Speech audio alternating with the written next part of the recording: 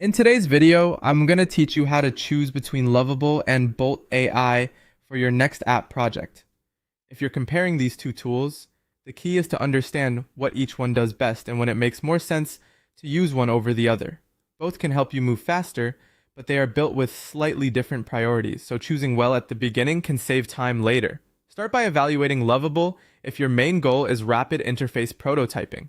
This is especially useful when you want to quickly turn ideas into screens, test layouts, and shape the user experience without getting stuck in too much setup. Lovable is also a strong option if you want simple integration with Supabase, which can make it easier to connect your project to a backend service. Another important advantage is natural language editing, which means you can refine parts of your app by describing what you want in plain English instead of manually adjusting everything yourself. If speed, interface iteration, and ease of use are high on your list, Lovable deserves serious consideration. Now evaluate Bolt AI if what you need is a complete full-stack Node.js environment that runs directly in the browser. This is a very different kind of strength. Instead of focusing mainly on interface generation and front-end flow, Bolt is better suited for projects where you want broader development capabilities available in one place. Because it operates as a full-stack environment, it can be more practical when your project requires deeper back-end related work while still staying inside the browser.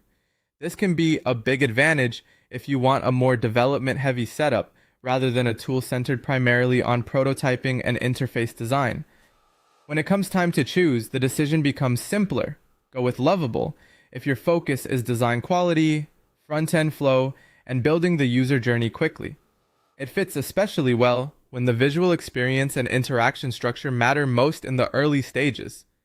Choose Bolt if your application needs file handling and backend package support directly in the browser.